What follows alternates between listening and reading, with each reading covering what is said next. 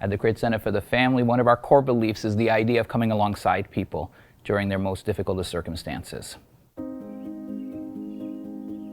When we look at the history of the Cridge Center, we know that people saw a need and they stepped into that need. And that's what we want to continue doing as part of honoring that legacy that started with Bishop Edward and Mary Cridge. In 1873, my great-great-grandparents, Bishop Edward and Mary Cridge, along with others in the community, founded the British Columbia Protestant Orphans Home.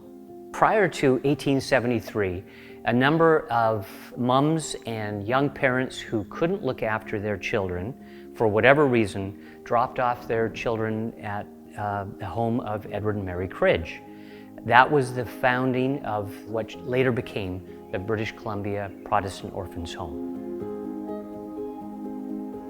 Both Edward and Mary were known as Victoria's first social workers, cared for the downtrodden in society. They were very much against racism within early Victoria and really cared for humanity and their fellow people. John Taylor was a former policeman and a gold inspector. When he passed, he bequeathed his whole estate to the BC Protestant Orphans Home, which allowed them to buy the property on the corner of what is now Cook and Hillside, and allowed them to build the BC Protestant Orphans Home, the big building on the hill, which is now the Assisted Seniors Living Center for the Cridge Center for the Family. Along the way, it was a home for children of single parents. Hello, I'm Linda Hogg, and I spent 2 years of my life at the BC Protestant Orphans Home from 1956 to 1958.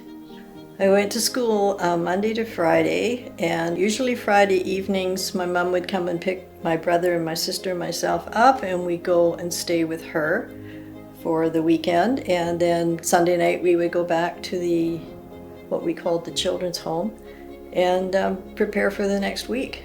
I think it made a big difference for my mom to have that care and support from the Cridge Center. While she was working, we were staying at the home, and that helped her out a lot. And as soon as she was able to have us home again on a full-time basis, that's what she did. But we were a handful, so. The BC Protestant Children's Home, as I knew it, was a terrific place to spend part of my childhood. I think some of the things that happened there I would never have had opportunities to do had I not been there. I think that so often need overwhelms us, and so we turn away. And I think the Cridge has a legacy of seeing need and then stepping into that need and saying, how can we meet it head on? I see that in the work that's being done by the managers who have been here for multiple years.